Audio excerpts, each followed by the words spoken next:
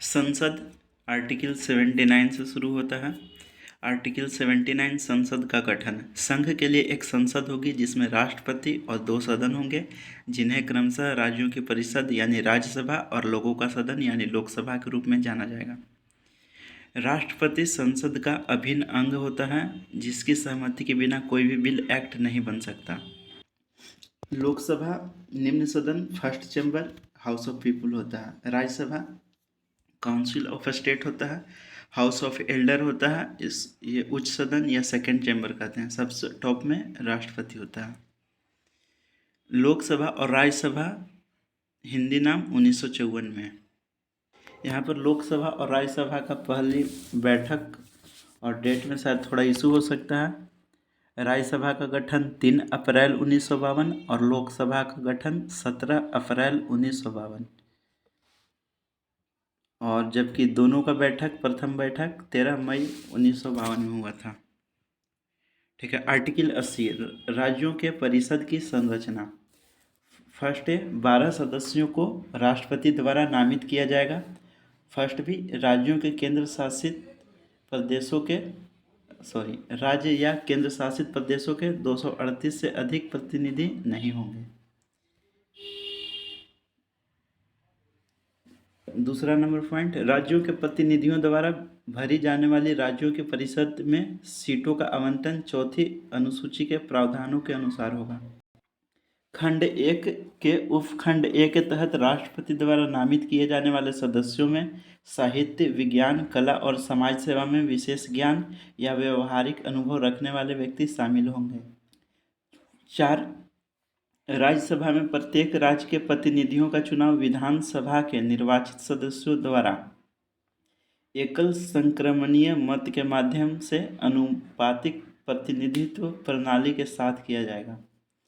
राज्यसभा में केंद्र शासित प्रदेश के प्रतिनिधियों को उस तरीके से चुना जाएगा जैसा संसद कानून द्वारा निर्धारित करे।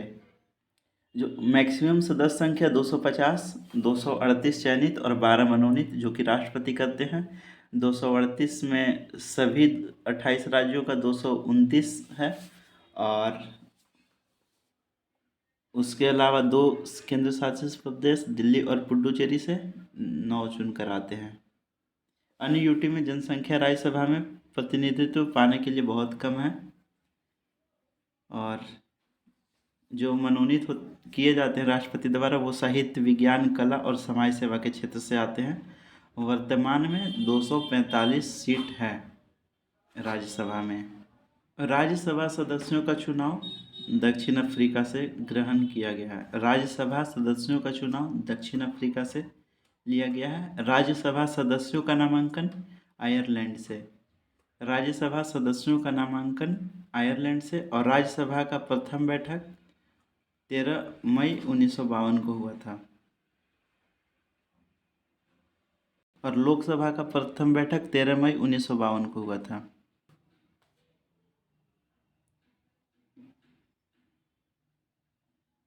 आर्टिकल 81 लोकसभा की संरचना। लोकसभा में शामिल होंगे राज्यों में क्षेत्रीय निर्वाचन क्षेत्रों से प्रत्यक्ष चुनाव द्वारा चुने गए प्रतिनिधि 530 से अधिक नहीं होंगे, और यूटी में चुने हुए लोगों का प्रतिनिधित्व उस तरीके से करना है जैसा संसद कानून द्वारा प्रदान करती है। 20 से अधिक नहीं होगी इसकी संख्या। क्या आप जानते हैं पहले लोकसभा में 2 सदस्य मनोनीत होते थे, लेकिन 104वां संविधान संशोधन द्वारा हटा दिया गया, तो अधिकतम सदस्य संख्या अब का है 550, जो 530 प्लस 20 का ब्रेकअप में है राज्य और केंद्र शासित प्रदेश से। वर्तमान में कितना सदस्य सीट है, तो 543 सीट। ये प्रत्यक्ष चुनाव द्वारा होता है। आई रिपीट, पहले लोकसभा में 2 मनोनीत सदस्य होते थे एंग्लो इंडियन, जिसे 104वां संविधान संशोधन द्वारा हटा दिया गया। 2A लोकसभा में सीटें इस तरह से होंगी कि उनकी संख्या और राज्य की जनसंख्या के बीच का अनुपात जहां तक संभव हो सभी राज्यों के लिए समान हो। 2B प्रत्येक राज्य को प्रादेशिक निर्वाचन क्षेत्रों में इस प्रकार विभाजित किया जाएगा कि प्रत्येक निर्वाचन क्षेत्र की जनसंख्या और उसे आवंटित सीटों की संख्या के बीच अनुपात हो। 3, इस लेख में अभिव्यक्ति जनसंख्या का अर्थ पिछली जनगणना में सुनिश्चित की गई जनसंख्या है जिसके प्रासंगिक आंकड़े प्रकाशित किए गए हैं। क्या आप जानते हैं कि लोकसभा में हरा कारपेट और राज्यसभा में लाल कारपेट होता है, लेकिन क्यों? हरा रंग दर्शाता है कि भारत एक कृषि भूमि है और यहाँ के लोग जमीनी स्तर से चुने जाते हैं। लाल रंग राजघराने का प्रतिनिधित्व करता है और स्वतंत्रता सेनानियों द्वारा दिए गए बलिदान और भारत को आज़ादी दिलाने के लिए उनके द्वारा बहाए गए खून के बारे में भी बताता है। लोकसभा का चिन्ह मोर और राज्यसभा का चिन्ह कमल। आर्टिकल 82, प्रत्येक जनगणना के बाद पुनः समायोजन। इसका क्लाउज 1 है, 1971 की जनगणना के आधार पर राज्यों को लोकसभा में सीटों का आवंटन पुनः समायोजित किया गया। और 2, प्रत्येक राज्य का प्रादेशिक निर्वाचन क्षेत्रों में विभाजन जिसे 2001 की जनगणना के आधार पर पुनः समायोजित किया जा सकता है। परिसीमन आयोग। परिसीमन शब्द का अर्थ है क्षेत्रीय निर्वाचन क्षेत्रों की सीमाएं या सीमाएं तय करने का कार्य या प्रक्रिया। भारत में ऐसे परिसीमन आयोग का गठन 4 बार किया गया है।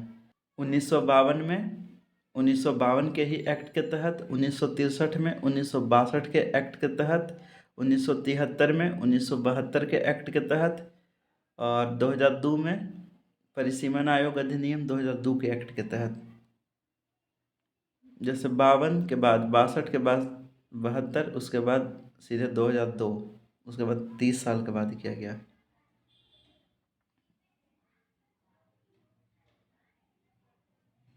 परिसीमन प्रक्रिया का मुख्य उद्देश्य एक वोट और एक मूल्य के सिद्धांत पर चुनावी निर्वाचन क्षेत्रों की संरचना को तर्कसंगत बनाना है।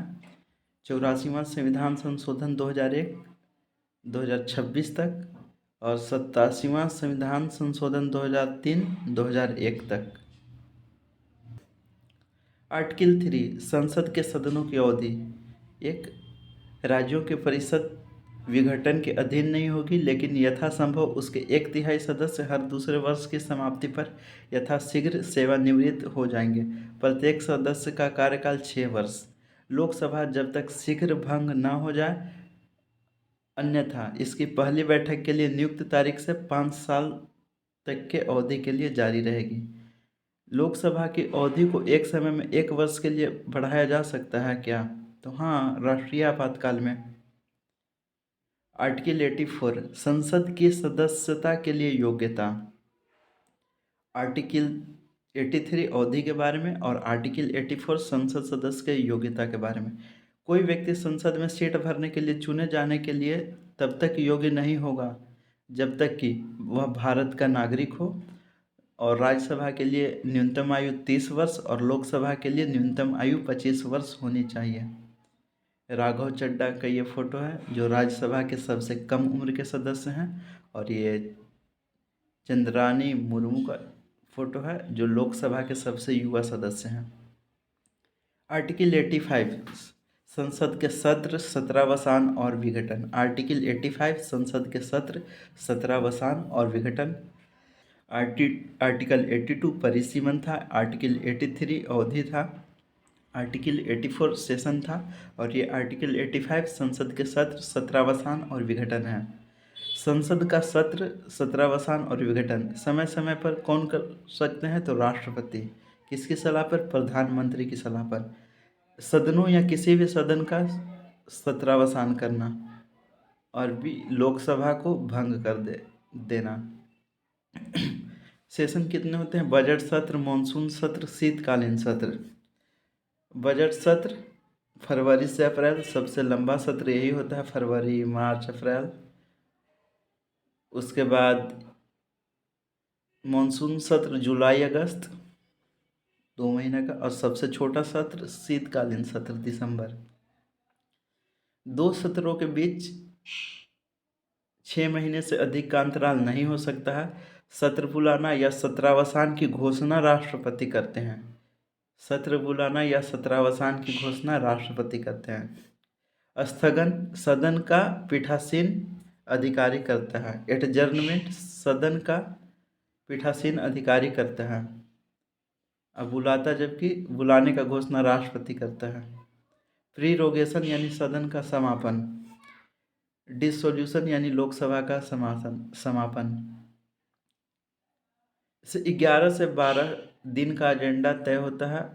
प्रश्नकाल पहला घंटा, 11 से 12 प्रश्नकाल होता है, पहला घंटा होता है, और 12 से 1 शून्यकाल होता है, जिसमें दिन का एजेंडा तय होता है। सबसे पहले प्रश्नकाल, उसके बाद शून्यकाल। सबसे पहले प्रश्नकाल, उसके बाद शून्यकाल। आर्टिकल 86 सदनों को संबोधित करने और संदेश भेजने का राष्ट्रपति का अधिकार। राष्ट्रपति संसद के किसी भी सदन को या एक साथ दोनों सदनों को संबोधित कर सकते हैं, और उस प्रयोजन के लिए सदस्यों की उपस्थिति की आवश्यकता होती है। राष्ट्रपति संसद के किसी भी सदन को संदेश भेज सकते हैं, चाहे वह संसद में लंबित किसी विधेयक के संबंध में हो या न हो। आर्टिकल 87 स्पेशल अभिभाषण। राष्ट्रपति का विशेष संबोधन या विशेष अभिभाषण, मोशन ऑफ थैंक्स। लोकसभा के प्रत्येक आम चुनाव के बाद पहले सत्र की शुरुआत पर और प्रत्येक वर्ष के पहले सत्र की शुरुआत पर राष्ट्रपति संसद के दोनों सदनों को एक साथ संबोधित करेंगे और संसद को इसके आह्वान के कारणों के बारे में सूचित करेंगे। ऐसे संबोधन में संदर्भित मामलों पर चर्चा के लिए समय के आवंटन के लिए किसी भी सदन की प्रक्रिया को विनियमित करने वाले नियमों द्वारा प्रावधान किया जाएगा। आर्टिकल 86 सदनों को बुलाने का, संदेश भेजने का राष्ट्रपति का अधिकार, और आर्टिकल 87 स्पेशल अभिभाषण। आर्टिकल 88 सदनों के संबंध में मंत्रियों और महान्यायवादी के अधिकार। सदनों के संबंध में मंत्रियों और महान्यायवादी के अधिकार किसी भी सदन में बोल सकते हैं, लेकिन मतदान नहीं कर सकते। संसद के अधिकारी 89 से शुरू होता है। इसे याद करना बिल्कुल भी आसान है। 89, 90, 91, 92 और आगे सिमिलरिटी हो जाता है 93, 94, 95 और 96 में। तो 89 राज्यों के परिषद के अध्यक्ष और उपाध्यक्ष। 89(1) उपराष्ट्रपति राज्यसभा का सभापति होता है। उपसभापति सदन द्वारा चयनित राज्यसभा का सदस्य। उपराष्ट्रपति किसी भी सदन का सदस्य नहीं होता है। आर्टिकल 90 उपसभापति के पद का रिक्त होना या फिर उनका त्याग पत्र देना या फिर उनको पद से हटाया जाना। राज्यसभा के उपाध्यक्ष के रूप में पद धारण करने वाला सदस्य, यदि वह विधान परिषद का सदस्य नहीं रह जाता है तो वह अपना पद खाली कर देगा। राज्यसभा के उपाध्यक्ष के रूप में पद धारण करने वाला सदस्य, यदि वह परिषद का सदस्य नहीं रह जाता है तो वह अपना पद खाली कर देगा। किसी भी समय अध्यक्ष को संबोधित अपने हस्ताक्षर सहित पत्र द्वारा अपना पद त्याग सकता है। तीसरा, परिषद के सभी तत्कालीन सदस्य के बहुमत द्वारा पारित परिषद के एक प्रस्ताव द्वारा उसके कार्यालय से उसे हटाया जा सकता है। तो परिषद के सभी तत्कालीन सदस्यों के बहुमत द्वारा पारित परिषद के एक प्रस्ताव द्वारा उसके कार्यालय से हटाया जा सकता है। ठीक है, 89 और 90 हो गया।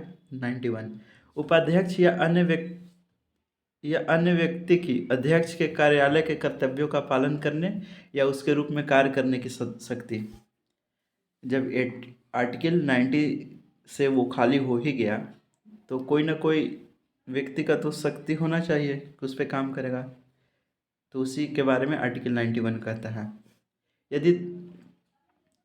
यदि दोनों अनुपस्थित हो तो 10 लोगों की एक समिति में से कोई एक व्यक्ति कार्य कर सकता है, यानी पैनल के बारे में बात कर रहा है। अगर दोनों की सीट खाली हो तब कोई सदस्य नहीं, मतलब अब्सेंट होगा तो 10 लोगों की एक कमेटी में से कोई एक व्यक्ति काम करेगा। अगर सीट ही वैकेंट हो तो राष्ट्रपति किसी एक को अध्यक्ष बना देगा। आर्टिकल 92, सभापति या उपसभापति को उस समय अध्यक्षता नहीं करनी चाहिए जब उन्हें पद से हटाने का प्रस्ताव चल रहा हो। जब अध्यक्ष को हटाने का प्रस्ताव जारी है तो वह सदन की अध्यक्षता नहीं कर सकते, और अध्यक्ष को हटाने के प्रस्ताव के दौरान वह केवल कार्यवाही में भाग ले सकते हैं, लेकिन ऐसे मामलों में मतदान नहीं कर सकते।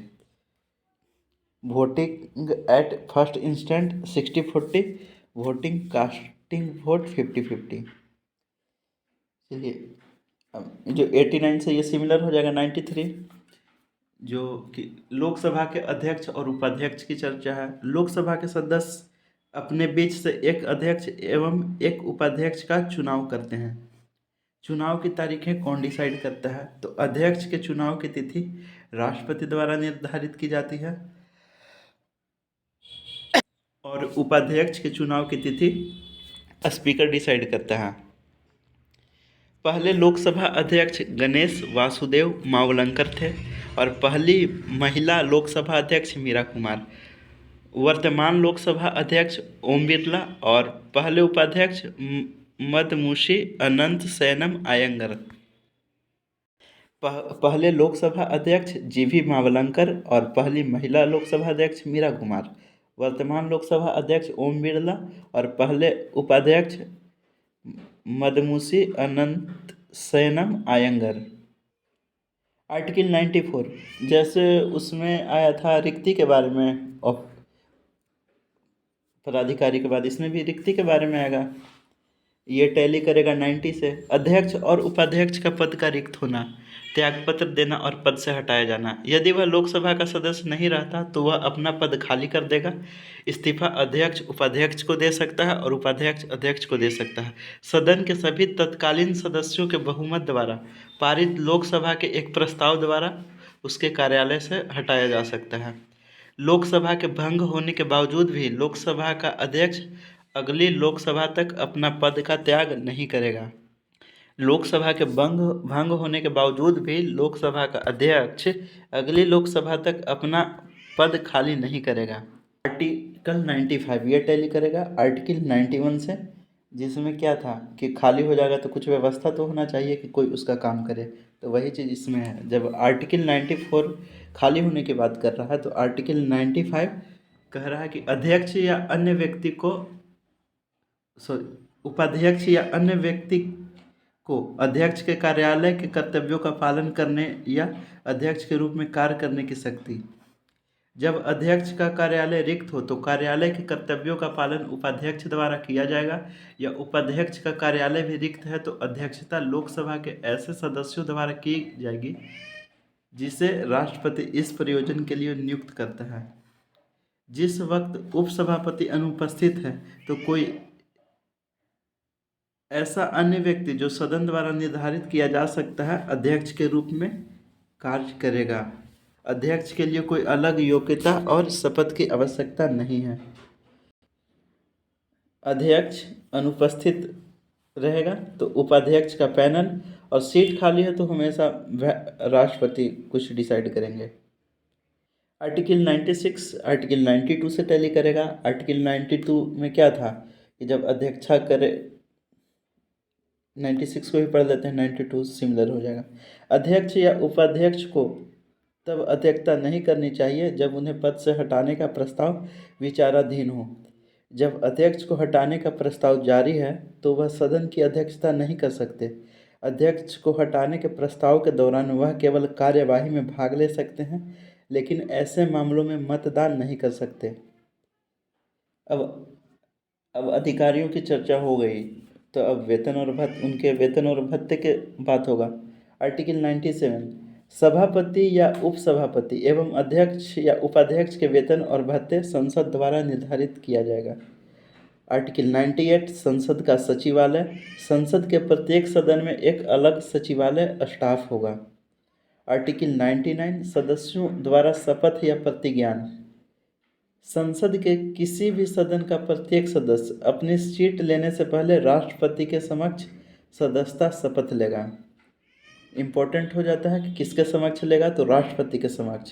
सदस्यों द्वारा शपथ या प्रतिज्ञान, संसद के किसी भी सदन का प्रत्येक सदस्य अपनी सीट लेने से पहले राष्ट्रपति के समक्ष सदस्यता या, या शपथ लेगा। आर्टिकल 100 कोरम के बारे में बात करता है। सदनों में मतदान, रिक्तियों और कोरम के बावजूद कार्य करने की सदनों की शक्ति। 110 क्लाउज कोरम गणपूर्ति सदस्यों की वह न्यूनतम संख्या जिनके उपस्थित रहने से सदन की कार्यवाही आगे बढ़ती है वह 10% है या 1/10वां भाग। 104 क्लाउज अगर गणपूर्ति नहीं है तो पीठासीन अधिकारी बैठक को स्थगित कर देगा। 101 में क्या है? सदन में मतदान, फर्स्ट इंस्टेंस कास्टिंग वोट। प्रश्नकाल 11 से 12, उसके बाद शून्यकाल 12 से 1, उसके बाद दिन का एजेंडा। सबसे पहले प्रश्नकाल, उसके बाद शून्यकाल, उसके बाद दिन का एजेंडा। प्रश्नों के प्रकार, कितने तरह के प्रश्न होते हैं? तो तारांकित प्रश्न होते हैं, अतारांकित प्रश्न होते हैं, अल्प सूचना वाले प्रश्न होते हैं। तारांकित प्रश्न सवालों का जवाब मौखिक तौर पर मांगा जाता है। इन पर तारांकित चिन्ह होता है। पूरक प्रश्न भी पूछा जा सकता है। तारांकित प्रश्न, इसका जवाब मौखिक दिया जाता है तो पूरक प्रश्न यानी और प्रश्न पूछा जा सकता है। अतारांकित प्रश्न लिखित उत्तर आवश्यक होता है, इसीलिए पूरक प्रश्न नहीं पूछा जा सकता है। जो पूछना है लिख के पूछ लेता है एक ही बार में व्यक्ति। अल्प सूचना वाले प्रश्न, इससे जुड़े सवालों को तय सूचना अवधि में कम समय में भी पूछा जा सकता है, कम से कम 10 दिन का नोटिस। अल्प सूचना वाले प्रश्न। निजी सदस्य, वह सदस्य जो मंत्री नहीं है उसे वहाँ के लिए निजी सदस्य बोला जाता है। आर्टिकल 101 सीटों की रिक्ति। कोई भी व्यक्ति संसद के दोनों सदनों का सदस्य नहीं होगा। कोई भी व्यक्ति राज्य विधानमंडल का सदस्य और संसद का सदस्य नहीं हो सकता। अनुच्छेद 102 में उल्लिखित अनुसार सदस्य अयोग्यता के अधीन हो सकते हैं। 3A अध्यक्ष या स्पीकर को अपनी सीट से इस्तीफा दे सकता है। 4 यदि 60 दिनों की अवधि के लिए संसद के किसी भी सदन का कोई सदस्य सदन की अनुमति के बिना उसकी सभी बैठकों से अनुपस्थित रहता है तो सदन उसकी सीट रिक्त घोषित कर सकता है। इम्पोर्टेंट पॉइंट है, अगर कोई सांसद सदस्य 60 दिन तक एब्सेंट रहे बिना अनुमति के सभी बैठकों से तो उसका सीट वैकेंट घोषित कर दिया जा सकता है। आर्टिकल 102 सदस्यता के लिए अयोग्यताएं। यदि वह भारत सरकार या किसी राज्य सरकार के अधीन किसी लाभ का पद धारण करता है, यदि वह मानसिक रूप से विक्षिप्त है और सक्षम न्यायालय द्वारा ऐसा घोषित किया गया है। 1C यदि वह अनुमोचित दिवालिया है। 1D यदि वह भारत का नागरिक नहीं है या स्वेच्छा से विदेशी नागरिकता ग्रहण कर लिया है। 1E यदि वह संसद द्वारा बनाए गए किसी कानून या उसके तहत अयोग्य घोषित किया जाता है। दूसरा क्लाउज क्या है? कोई व्यक्ति संसद के किसी भी सदन का सदस्य होने के लिए अयोग्य हो जाएगा यदि वह 10वीं अनुसूची के तहत अयोग्य है। 10वीं अनुसूची दल बदल से रिलेटेड है। 52वां संविधान संशोधन 1985 और लोकसभा अध्यक्ष का निर्णय अंतिम होगा इस संबंध में। दल बदल के तहत अयोग्यता, यदि सदस्य स्वेच्छा से उस पार्टी की सदस्यता छोड़ देता है जिसके टिकट पर वह निर्वाचित हुआ है, यदि वह अपने पार्टी के निर्देशों के विपरीत वोट करता है, यदि कोई निर्दलीय सदस्य किसी राजनीतिक दल में शामिल होता है, यदि कोई मनोनीत सदस्य 6 महीने के बाद पार्टी में शामिल होता है। ये तो राज्यसभा का केस है। यदि कोई मनोनीत सदस्य 6 महीने बाद पार्टी में शामिल होता है। अपवाद 91वां संविधान संशोधन मिलना 2/3 सदस्य। किहोटो होलोहान वर्सेज जचीलो मामला क्या है? पीठासीन अधिकारी का निर्णय अंतिम है लेकिन न्यायपालिका समीक्षा कर सकती है। किहोटो होलोहान वर्सेज जचीलो मामला पीठासीन अधिकारी का निर्णय अंतिम है, लेकिन न्यायपालिका का समीक्षा कर सकती है। तो आर्टिकल 101 था सीटों की रिक्ति को लेकर, और आर्टिकल 102 था सदस्यों की अयोग्यता को लेकर। आर्टिकल 101 सीटों की रिक्ति वैकेंसी, और आर्टिकल 102 मेंबर्स की अयोग्यता। आर्टिकल 103 सदस्यों की अयोग्यता संबंधी प्रश्नों का निर्णय। यदि कोई प्रश्न उठता है कि क्या संसद के किसी भी सदन का कोई सदस्य किसी अयोग्यता के अधीन हो गया है, तो राष्ट्रपति का निर्णय अंतिम होगा। यदि कोई प्रश्न उठता है कि क्या संसद के किसी भी सदन का कोई सदस्य किसी अयोग्यता के अधीन हो गया है, तो राष्ट्रपति का निर्णय अंतिम होगा। इससे ऊपर अंतिम निर्णय लगता है लोकसभा अध्यक्ष पढ़ लिए थे हम लोग, वो दल बदल रिलेटेड होगा शायद। ऐसे किसी भी प्रश्न पर कोई भी निर्णय देने से पहले राष्ट्रपति चुनाव आयोग की राय लेंगे। और दल बदल पीठासीन अधिकारी, जो थोड़ा देर पहले पढ़े थे, दल बदल लोकसभा अध्यक्ष निर्णय अंतिम। आर्टिकल 101 वैकेंसी, आर्टिकल 102 अयोग्यता, आर्टिकल 103 अयोग्यता संबंधी प्रश्नों का निर्णय। आर्टिकल 104 अनुच्छेद 99 के तहत शपथ लेने या प्रतिज्ञान करने से पहले बैठने और मतदान करने के लिए जुर्माना, या जब योग्य न हो या अयोग्य हो 500 रुपया प्रतिदिन, ये जुर्माना के बारे में बात कर रहा है। आर्टिकल 105 संसद और सदनों की शक्तियाँ एवं उसके सदस्यों और समितियों की शक्तियाँ और विशेषाधिकार आदि। आर्टिकल 105 संसद और सदनों की शक्तियाँ के बारे में है, उसके सदस्य और समितियों के शक्तियाँ के बारे में है, और विशेष अधिकार के बारे में है। तो ये क्या है? संसद में बोलने की आज़ादी होगी। संसद का कोई भी सदस्य संसद में अपने द्वारा कही गई किसी बात या दिए गए वोट के संबंध में किसी भी अदालत में किसी भी कार्यवाही के लिए उत्तरदायी नहीं होगा। संसद के प्रत्येक सदन के सदस्यों की शक्ति, विशेष अधिकार और उन्मुक्तियां समय समय पर संसद द्वारा परिभाषित की जाती है। उनके खिलाफ कोई नागरिक कार्यवाही नहीं की जाती है। आर्टिकल 106 सदस्यों के वेतन और भत्ते। इससे पहले हम लोग पढ़े थे अध्यक्ष उपाध्यक्ष का वेतन भत्ते, जो आर्टिकल 97 में था। आर्टिकल 106 सदस्यों के वेतन एवं भत्ते। संसद के किसी भी सदन के सदस्य ऐसे वेतन और भत्ते प्राप्त करने के हकदार होंगे जो समय समय पर संसद द्वारा कानून द्वारा निर्धारित किए जाएं। फिर से देख लेते हैं। 101 सीटों की वैकेंसी से रिलेटेड था, 102 अयोग्यता से रिलेटेड था, 103 अयोग्यता संबंधी प्रश्नों का निर्णय, 104 पेनल्टी के बारे में था, 105 विशेष अधिकार के बारे में था और शक्ति के बारे में था, 106 संसद सदस्य के वेतन और भत्ते के बारे में था। एक बार अगेन रिपीट करता हूँ। 101 सीटों की वैकेंसी, 102 अयोग्यता, 103 अयोग्यता संबंधी प्रश्नों का निर्णय, 104 पेनल्टी के बारे में, 105 संसद सदस्य की शक्ति या विशेषाधिकार के बारे में, 106 वेतन और भत्ते के बारे में था जो संसद सदस्य का। अब 107 से शुरू होता है बिल पासिंग। 107 आर्टिकल 107 विधेयकों को पेश करने और पारित करने के संबंध में प्रावधान। विधेयक किसी भी सदन में आ सकता है। बिल साधारण विधेयक, धन विधेयक और संविधान संशोधन विधेयक। साधारण विधेयक दो तरह का, सार्वजनिक विधेयक और निजी विधेयक। सार्वजनिक विधेयक 1 हफ्ते का नोटिस और निजी विधेयक 1 महीना का नोटिस। निजी सदस्य लाता है जो मंत्री नहीं होता, उसे निजी सदस्य कहते हैं। बिल का पतन 17वां में बिल खत्म नहीं होगा।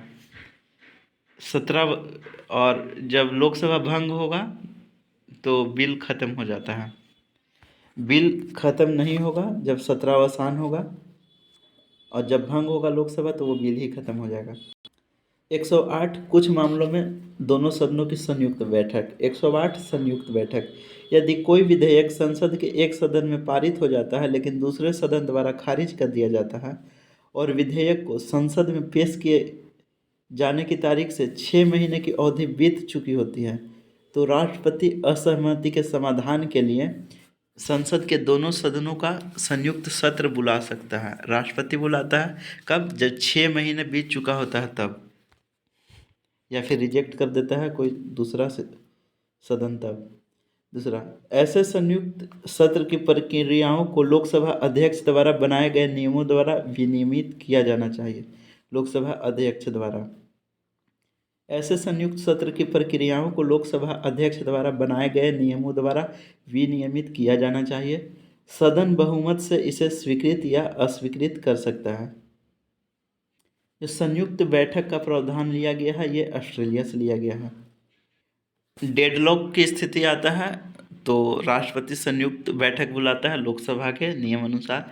अब तक 3 बार संयुक्त बैठक हुआ है। पहला दहेज प्रथा बिल 1960, दूसरा बैंकिंग सर्विस कमीशन बिल 1977 और तीसरा आतंकवाद की रोकथाम विधेयक 2002। संयुक्त बैठक की अध्यक्षता कौन करता है? तो लोकसभा अध्यक्ष करता है। अगर ये एब्सेंट है तो लोकसभा का उपाध्यक्ष करेगा। अगर ये भी एब्सेंट है तो राज्यसभा का उपाध्यक्ष करेगा। लेकिन ध्यान देने वाला बात है, राज्यसभा का सभापति संयुक्त बैठक की अध्यक्षता कभी नहीं करता। विधेयक का पतन। संसद में लंबित कोई विधेयक संसद के सत्रावसान के कारण समाप्त नहीं होगा। हम लोग पहले थोड़ा देर पहले देखे हैं। राज्यसभा में लंबित कोई विधेयक जिसे लोकसभा द्वारा पारित नहीं किया गया है लोकसभा के विघटन पर समाप्त नहीं होगा। जैसे राज्यसभा में कोई विधेयक लंबित है और पारित नहीं हुआ और लोकसभा इधर विघटन हो गया तो भी वो बिल समाप्त नहीं होगा। एक विधेयक जो लोकसभा में लंबित है या जो लोकसभा द्वारा पारित किया गया है राज्य परिषद में लंबित है, अनुच्छेद 108 के प्रावधानों के अधीन लोकसभा के विघटन पर समाप्त हो जाएगा। एक विधेयक जो लोकसभा में लंबित है या जो लोकसभा द्वारा पारित है और राज्यसभा में लंबित है, अनुच्छेद 108 के प्रावधानों के अधीन लोकसभा के विघटन पर वो समाप्त हो जाएगा। आर्टिकल 109 आ गया धन विधेयक के संबंध में विशेष प्रक्रिया, और जबकि परिभाषा इसके एक बाद है 10। आर्टिकल 109 धन विधेयक के संबंध में विशेष प्रक्रिया और धन विधेयक की परिभाषा 110 में है, इसके एक बाद। धन विधेयक राज्यसभा में पेश नहीं किया जाएगा। धन विधेयक लोकसभा द्वारा पारित किया जाएगा, राज्यसभा को भेजा जाएगा, सिफारिश सहित 14 दिन के अंदर लौटाना होगा। या तो विधेयक को वो पारित करेगा या लोकसभा को लौटाए। विधेयक पारित हो गया। लोकसभा राज्यसभा की सिफारिश को स्वीकार कर भी सकता है, नहीं भी कर सकता है। धन विधेयक 14 दिन के भीतर राज्यसभा द्वारा पारित नहीं किया जाएगा तो भी विधेयक पारित हो जाएगा। यानी कि धन विधेयक के संबंध में लोकसभा को अत्यधिक शक्तियां हैं। आर्टिकल 110 धन विधेयक की परिभाषा। एक धन विधेयक में निम्नलिखित प्रावधान होते हैं। किसी कर का अधिरोपण, उन्मूलन, छूट, परिवर्तन या विनियमन। बी, भारत सरकार द्वारा धन उधार देने या कोई गारंटी देने से जुड़े नियम। सी, भारत सरकार की संचित निधि या आकस्मिकता निधि से जुड़े मामलों से जुड़े प्रावधान। भारत सरकार की संचित निधि से धन का विनियोग। ई, भारत की संचित निधि पर भारित किसी व्यय की घोषणा या इस तरह के व्यय की राशि में वृद्धि। एफ, भारत की संचित निधि या लोक लेखा से जुड़े मामलों से जुड़े प्रावधान। जी, उपखंड ए से एफ में निर्दिष्ट किसी भी मामले से संबंधित कोई भी मामला। किसी विधेयक को धन विधेयक नहीं माना जाता है यदि उसमें प्रावधान हो जुर्माना लगाने का, अन्य आर्थिक दंड का, लाइसेंस के लिए शुल्क या प्रदान की गई सेवाओं के लिए शुल्क की मांग या भुगतान के लिए। इस कारण से कि यह अधिरोपण, उन्मूलन, छूट स्थानीय उद्देश्यों के लिए किसी स्थानीय प्राधिकारी या निकाय द्वारा किसी कर में परिवर्तन या विनियमन का प्रावधान करता है। कोई विधेयक धन विधेयक है या नहीं इसका निर्णय लोकसभा का अध्यक्ष करता है। आधार विधेयक 2018। आर्टिकल 111 इम्पोर्टेंट है। विधेयकों पर सहमति। संसद द्वारा विधेयक पारित हो गया तो उसके बाद सहमति के लिए राष्ट्रपति के पास जाता है, तो राष्ट्रपति उस पर अनुमति दे देगा तो वह विधेयक एक्ट बन जाएगा और वो वीटो भी कर सकता है। राष्ट्रपति क्या कर सकता है? सहमति दे सकता है या नहीं भी दे सकता है। विधेयक को पुनर्विचार के लिए लौटा सकता है, लेकिन धन विधेयक को नहीं लौटाया जा सकता। संवैधानिक संशोधन बिल के मामले में वीटो का उपयोग नहीं किया जा सकता। संविधान संशोधन बिल के मामले में वीटो का उपयोग नहीं किया जा सकता। ये 24वां संविधान संशोधन कहता है। वीटो का प्रकार: पूर्ण वीटो: राष्ट्रपति संसद द्वारा पारित किसी विधेयक को अपने पास रख लेते हैं, इससे यह विधेयक अधिनियम नहीं बन पाता। निलंबनकारी वीटो: राष्ट्रपति किसी विधेयक को संसद के पास पुनर्विचार के लिए लौटा देते हैं। पॉकेट वीटो: राष्ट्रपति संसद द्वारा पारित विधेयक पर कोई कार्रवाई नहीं करते, वे अनिश्चित काल के लिए लंबित रख सकते हैं। डी क्वालिफाइड वीटो: भारत के राष्ट्रपति के पास नहीं है। ज्ञानी जेल सिंह द्वारा पहली बार पॉकेट वीटो का उपयोग किया गया था 1986 में भारतीय पोस्ट ऑफिस विधेयक पर। वित्तीय मामलों में प्रतिक्रिया: आर्टिकल 112 भी इम्पोर्टेंट है। वार्षिक वित्तीय विवरण: बजट शब्द संविधान में उल्लेखित नहीं है। राष्ट्रपति प्रत्येक वित्तीय वर्ष के संबंध में उस वर्ष के लिए भारत सरकार की अनुमानित प्राप्तियों और व्यय का विवरण संसद के दोनों सदनों के समक्ष रखवाएंगे। इस भाग में इसे वार्षिक वित्तीय विवरण कहा जाएगा। वित्तीय वर्ष 1 अप्रैल से 31 मार्च। वार्षिक वित्तीय विवरण में सन्निहित व्यय का अनुमान अलग से दिखाया जाएगा। आर्टिकल 113 अनुमान के संबंध में संसद की प्रक्रिया: एस्टिमेशन या प्राकलन। आर्टिकल 113 अनुमान, एस्टिमेशन या प्राकलन के संबंध में संसद में प्रक्रिया: भारत की संचित निधि पर लगाए गए व्यय से संबंधित अधिकांश अनुमान संसद के मतदान के लिए प्रस्तुत नहीं किए जाएंगे। व्यय, वेतन, पेंशन। अन्य व्यय से संबंधित अनुमान लोकसभा को अनुदान की मांग के रूप में प्रस्तुत किए जाएंगे और लोकसभा के पास किसी भी मांग पर सहमति देने या सहमति देने से इनकार करने या सहमति देने की शक्ति होगी। किसी भी मांग के लिए उसमें निर्दिष्ट राशि में कमी की शर्त होगी। राष्ट्रपति की सिफारिश के अलावा अनुदान की कोई मांग नहीं की जाएगी। राष्ट्रपति की सिफारिश के अलावा अनुदान की कोई मांग नहीं की जाएगी। ये कटौती प्रस्ताव, ये क्या है? नीति कटौती, आर्थिक कटौती, टोकन कटौती। जैसे नीति कटौती: अनुदान घटाकर 1 रुपये की मांग। आर्थिक कटौती: प्रस्तावित कटौती के अनुरूप कम करना। टोकन कटौती: 100 रुपये की कटौती की अनुमति। राज्यसभा केवल बहस कर सकती है लेकिन मत नहीं दे सकती। आर्टिकल 114 विनियोग विधेयक। आर्टिकल 114 विनियोग विधेयक। आर्टिकल 114 विनियोग विधेयक, जबकि आर्टिकल 113 प्राकलन से रिलेटेड था। लोकसभा द्वारा आर्टिकल 113 के तहत अनुदान दिए जाने के बाद जितनी जल्द हो सके भारत की संचित निधि से विनियोग का प्रावधान करने के लिए एक विधेयक पेश किया जाएगा। संसद के किसी भी सदन में ऐसे किसी भी विधेयक में कोई संशोधन प्रस्तावित नहीं किया जाएगा जिसका प्रभाव राशि को बदलने या किसी भी अनुदान के गंतव्य को बदलने या भारत के समेकित निधि पर लगाए गए किसी भी व्यय की राशि को बदलने पर होगा। 3. अनुच्छेद 115 एवं 116 के प्रावधानों के अधीन इस अनुच्छेद के प्रावधानों के अनुसार पारित कानून द्वारा किए गए विनियोग के अलावा भारत की संचित निधि से कोई पैसा नहीं निकाला जाएगा। आर्टिकल 115 अनुपूरक, अतिरिक्त या अधिक अनुदान। आर्टिकल 115 अनुपूरक, अतिरिक्त या अधिक अनुदान। आर्टिकल 116 लेखानुदान, श्रेय मत और असाधारण अनुदान। आर्टिकल 116 लेखा अनुदान, श्रेय मत और असाधारण अनुदान। आर्टिकल 117 वित्तीय विधेयकों के संबंध में विशेष प्रावधान। आर्टिकल 117 वित्तीय विधेयकों के संबंध में विशेष प्रावधान। 117 1 और 3 वित्तीय विधेयक राष्ट्रपति, लोकसभा और वित्तीय विधेयक 2 साधारण विधायक के समान। भारत सरकार की निधि, एक संचित निधि आर्टिकल 226 और दूसरा आकस्मिक निधि आर्टिकल 267 और तीसरा सार्वजनिक खाता 266, संचित निधि 226, आकस्मिक निधि 267 और सार्वजनिक खाता 266। संचित निधि में क्या, जैसे कर, पब्लिक पर्स, राजस्व। आकस्मिक निधि अप्रत्याशित खर्चों को पूरा करने के लिए राष्ट्रपति के हाथ में हो। और सार्वजनिक खाता रक्षा कोष, विभिन्न मंत्रालय या विभागों के बचत राशि, भविष्य निधि, आपदा प्रबंधन के लिए निधि। आर्टिकल 118 आर्टिकल 118 प्रक्रिया के नियम। संसद का प्रत्येक सदन अपनी प्रक्रिया और अपने कार्य संचालन को विनियमित करने के लिए नियम बना सकता है। आर्टिकल 118 प्रक्रिया के नियम।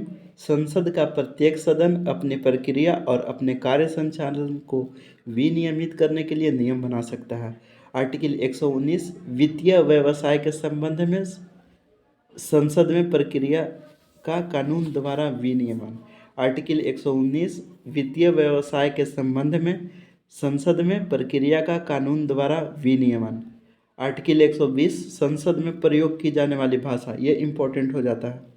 आर्टिकल 120 संसद में प्रयोग की जाने वाली भाषा। संसद में कामकाज हिंदी या अंग्रेजी में किया जाएगा। एक भाग 17 में किसी बात के होते हुए भी लेकिन अनुच्छेद 348 के प्रावधानों के अधीन संसद में कामकाज हिंदी या अंग्रेजी में किया जाएगा। जब तक संसद विधि द्वारा अन्यथा उपबंध न करे तब तक यह अनुच्छेद इस संविधान के प्रारंभ से 15 वर्ष की अवधि की समाप्ति के पश्चात ऐसे प्रभावी होगा मानो या अंग्रेजी में शब्द उसमें से हटा दिए गए हों। आर्टिकल 120 संसद की भाषा, जो हिंदी या अंग्रेजी में किया जाएगा। आर्टिकल 121 संसद में चर्चा पर रोक। आर्टिकल 121 संसद में चर्चा पर रोक। सर्वोच्च या उच्च न्यायालय के किसी न्यायाधीश के अपने कर्तव्यों के निर्वहन में आचरण के संबंध में संसद में कोई चर्चा नहीं होगी, सिवाय इसके कि राष्ट्रपति को संबोधित एक प्रस्ताव प्रस्तुत करने के लिए न्यायाधीश को हटाने की प्रार्थना की जाए, जैसा कि इसके बाद प्रावधान किया गया है। आर्टिकल 121 संसद में चर्चा पर रोक, यानी जज पर कोई टिप्पणी नहीं किया जाएगा। आर्टिकल 122 अदालतें संसद की कार्यवाही की जांच नहीं करेगी। उसका जस्ट रिवर्स, अदालत भी संसद की कार्यवाही की जांच नहीं करेगी। आर्टिकल 122 प्रक्रिया की किसी भी कथित अनियमितता के आधार पर संसद में किसी भी कार्यवाही की वैधता पर सवाल नहीं उठाया जाएगा। संसद में अधिकारियों या सांसदों का कोई भी व्यावसायिक आचरण किसी भी न्यायालय के क्षेत्र अधिकार के अधीन नहीं है। आर्टिकल 123 संसद के अवकाश के दौरान अध्यादेश प्रख्यापित करने की राष्ट्रपति की शक्ति। जब संसद का कोई सत्र नहीं चल रहा हो तो ऐसे अध्यादेशों को राष्ट्रपति प्रख्यापित कर सकता है जिनकी उसे आवश्यकता लगे। इस अनुच्छेद के तहत प्रख्यापित आदेश की शक्ति और प्रभाव संसद के अधिनियम के समान होगा, लेकिन ऐसा अध्यादेश संसद के दोनों के सदनों के समक्ष रखा जाएगा। संसद की पुनः बैठक के 6 सप्ताह की समाप्ति पर कामकाज बंद हो जाएगा या राष्ट्रपति द्वारा किसी भी समय वापस लिया जा सकता है। यहाँ टाइम इम्पोर्टेंट हो सकता है। संसद के दोनों सदनों के समक्ष रखा जाएगा। संसद की पुनः बैठक के 6 सप्ताह की समाप्ति पर कामकाज बंद हो जाएगा। यदि और जहाँ तक इस अनुच्छेद के तहत कोई अध्यादेश कोई प्रावधान करता है जिसे संसद इस संविधान के तहत अधिनियमित करने में सक्षम नहीं होगी तो वह शून्य या अमान्य होगा। अध्यादेश द्वारा कानून बनाने की राष्ट्रपति की शक्ति कानून की समांतर शक्ति नहीं है। अध्यादेश द्वारा कानून बनाने की राष्ट्रपति की शक्ति कानून की समांतर शक्ति नहीं है। डीसी वाधवा मामला 1987 सुप्रीम कोर्ट अध्यादेश। राज्यसभा की विशेष शक्तियाँ। यह संसद को राज्य सूची के किसी विषय पर कानून बनाने के लिए अधिकृत कर सकता है। यह संसद को नई अखिल भारतीय सेवाएं आर्टिकल 112 बनाने के लिए अधिकृत कर सकता है। अंतर्राष्ट्रीय संधि या 2 या अधिक राज्य, राष्ट्रीय आपातकाल, राष्ट्रीय शासन, इन सभी सिचुएशन में राज्यसभा संसद को राज्य सूची के विषय पर कानून बनाने के लिए अधिकृत कर सकता है। ये चारों सिचुएशन में संसद द्वारा प्रयोग किए जाने वाले कुछ उपकरण। निंदा प्रस्ताव, अविश्वास प्रस्ताव। निंदा प्रस्ताव व्यक्तिगत मंत्री या पूरी मंत्री परिषद के लिए होगा, जबकि अविश्वास प्रस्ताव पूरी मंत्री परिषद के लिए होगा।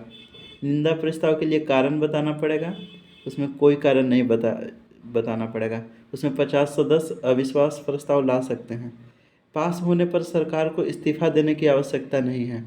निंदा प्रस्ताव पास हो जाएगा तो सरकार को इस्तीफा देने की आवश्यकता नहीं है, जबकि अविश्वास प्रस्ताव पास हो गया तो सरकार को इस्तीफा देना पड़ेगा। व्यवस्था का प्रश्न इसे तब उठाया जाता है जब सदन की कार्यवाही प्रक्रिया के सामान्य नियमों का पालन नहीं करती है। व्यवस्था का प्रश्न इसे तब उठाया जाता है जब सदन की कार्यवाही प्रक्रिया के सामान्य नियमों का पालन नहीं करती है।